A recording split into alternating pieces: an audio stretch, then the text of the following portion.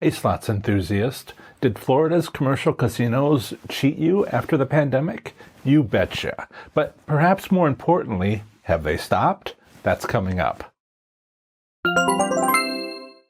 All U.S. casinos closed for months in 2020. Now, a big concern for slots enthusiasts is if casinos are trying to get back their lost gaming revenue by reducing their return to player. But is that true state by state? In today's video, I look closely at return statistics for Florida's commercial casinos. Due to the global pandemic, 989 U.S. casinos closed quickly and reopened slowly 2 months later. Approximately 100 casinos have yet to reopen. They may never reopen. There is no doubt these abrupt closures financially hurt the U.S. gaming industry. After reopening, their financial woes continued due to broad travel restrictions and reduced occupancy at their casino, often a 50% reduction in slot machines, but sometimes more. When slots enthusiasts started returning to newly reopened casinos, they reported tight slot machine gameplay. For the most part, they shrugged and said, well, that's understandable. But 1 month turned into 2 months. 4 months, and 10 months. Along the way, some casinos appear to understand how angry their slots patrons were becoming due to tight slot machines. So some made adjustments. Other casinos, not so much. Those casinos making adjustments started to give out wins again. This thrilled slots enthusiasts, but then we noticed another second change. The wins were smaller than from before the pandemic. And you know what? That was okay. We were happy to be winning again, even if it wasn't as much as before. The question is, how long has this gone on? Have casinos stopped having tight slot machines, or is it still happening? What are the facts? Let's find out from State Gaming Commission return statistics for Florida's commercial casinos. Florida slot machine casino gambling consists of 8 parimutuel racetracks in Broward and Miami-Dade counties with slot machines, 6 tribal casinos, senior center amusement arcades, multi-day cruise ships with onboard casinos, and day-long gambling boats. State gaming regulations have authorized slot machines at commercial racetracks in the 2 counties containing the cities of Miami and Fort Lauderdale in southern Florida. These 8 commercial casinos are the Big Easy Casino, Calder Casino, Casino Miami, the casino at Dania Beach, Gulfstream Park Casino, Hialeah Park Racing and Casino, Isle Casino Pompano, and Magic City Casino. Florida's Gaming Control Commission is a division of parimutuel wagering within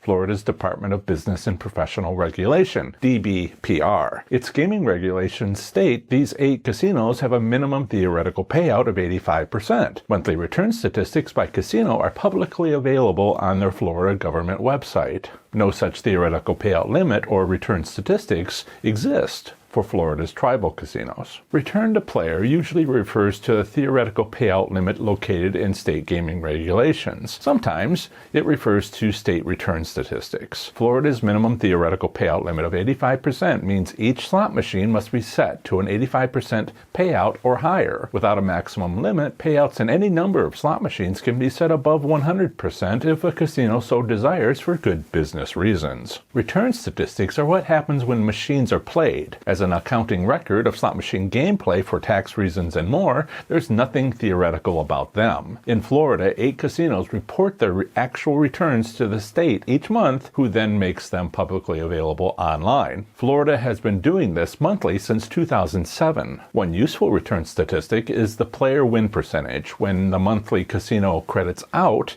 how much slot players win, is divided by credits in, how much slots players spent. Here's the player win percentage for each month of 2020 at each casino. The gap in data is when all U.S. casinos closed for roughly 2 months in 2020 due to the pandemic. The player win percent for all casinos ranges from around 90.5% to 94%, which is a range of 3.5%. Each casino's player win percent is roughly consistent, indicating the care with which each casino manages their monthly financial performance. Hialeah Park and Magic City consistently had the 2 best player win percentages. Dania Beach increased its player win percent by nearly a full point in the month before closing, likely trying to pull in more traffic. Then in July through September, the player win percent increased at 4 casinos but dropped at the other 4 casinos. To get a better idea of whether Florida's commercial casinos are cheating you at slots, let's look at the average player win percent for all all 8 casinos in 2020. Here we can clearly see the total player win percent rose both before and after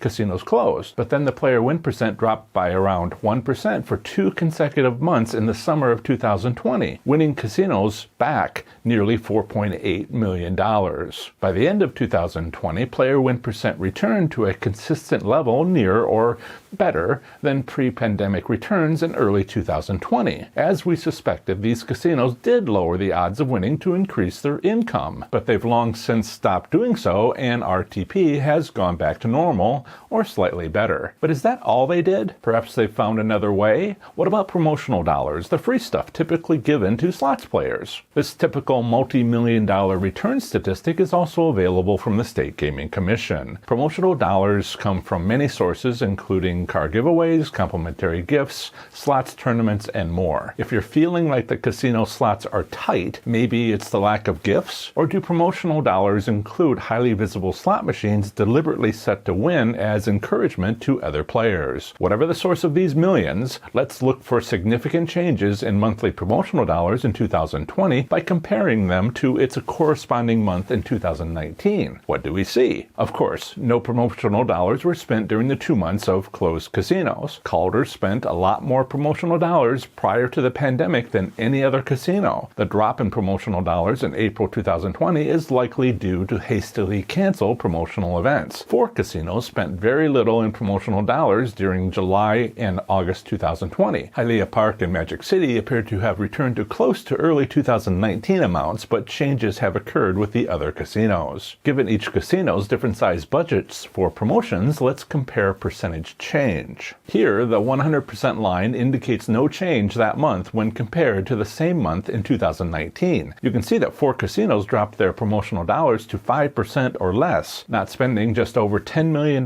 when compared to the same month the year before. In the last 4 months of 2020, 6 casinos show promotional dollars being less than 100% the amount spent the year before, but 2 casinos increased the promotional dollars by nearly half or more during the last 4 months of 2020, specifically the Big Easy and Gulfstream Park. When partially or fully closed over 4 months in 2020 due to the pandemic, Florida's commercial casinos lost $178.2 million in slots income compared to the same 4 months in 2019, and they reduced their slots promotional dollars by $52.4 million. Reducing the player win percentage in July and August 2020 earned them $4.8 million, making their losses $121 million for all 8 casinos. Plus, 4 casinos reduced their promotional dollars over 2 months by another $10 million. The average loss for 4 casinos was $15.1 million. The 4 remaining casinos had an average loss of $12.6 million, but it could have been much worse, a loss of over $22 million